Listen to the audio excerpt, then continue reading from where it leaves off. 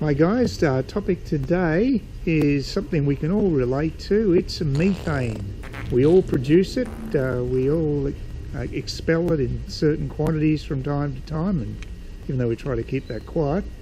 But the reason I'm talking to you about methane of all things is because it could be the next major breakthrough in rocket propulsion. An unlikely choice, one would think, but the methane has a number of advantages over conventional rocket fuel. One of the other advantages of using methane is that it requires a smaller tank for fueling. So obviously that's a huge improvement for especially a long voyage, say from Earth to Mars. Also, it's a simpler, easier fuel to use. It requires less pumping than the usual kerosene that is used in rockets.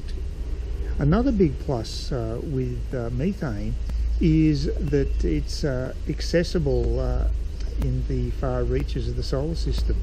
There's actually a supply of it in the form of water on Mars, and as well as Jupiter, Saturn, Uranus, Neptune, and even Pluto. So you can break up the constituent of water, and you'll find that you'll get methane as a byproduct. So you can manufacture it for a return journey, and of course you don't need as much fuel when you're returning from one of the planets such as Mars, because it's got lower gravity.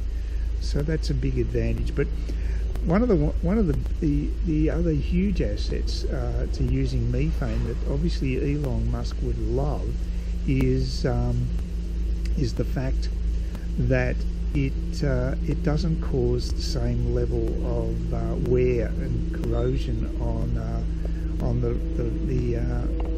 the engines, on the rocket engines, as say the rocket grade kerosene does. It definitely causes what's called coking, which is the abrasion of the parts, and it means that the rockets have to be refurbished from time to time. Elon Musk wants to avoid all that. He wants to make these vehicles into totally reusable vehicles, so he's also designing heat shields that can take quite a few missions without having to be refurbished, and the same goes for the fuel used on the craft, to make sure that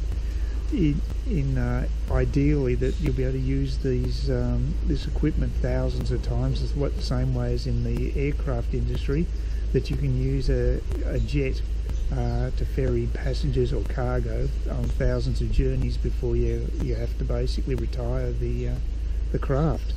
That's the whole point of keeping the costs down, and that's one of the things that really is of interest to someone like Elon Musk. The other thing that would be of interest too is that methane is actually is a fairly benign, maybe smelly, but benign environmental gas. So the chances of it causing problems such as hydrogen, it's a lot better than something like that, or kerosene for that matter. So it does have certain advantages. The only final thing to really establish is, does it have the performance to justify switching to this new form of rocket fuel? That's a question that hasn't been answered yet, but I've got high hopes, given that Elon Musk is a can-do guy. He's not full of BS.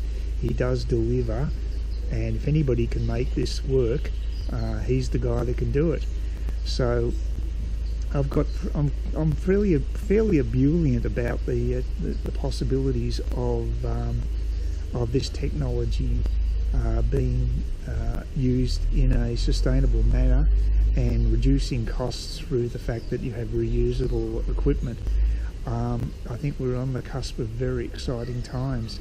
NASA actually tested this type of rocket about, I think it was about 2007, and it was looking promising then, but there's still a bit of development work to be undertaken, and there's SpaceX and its competitor Blue Skies are also developing this technology. So it definitely is the future, and it's all looking pretty good at the moment. So exciting times, maybe smelly times, but exciting times with humble old methane. So there you go.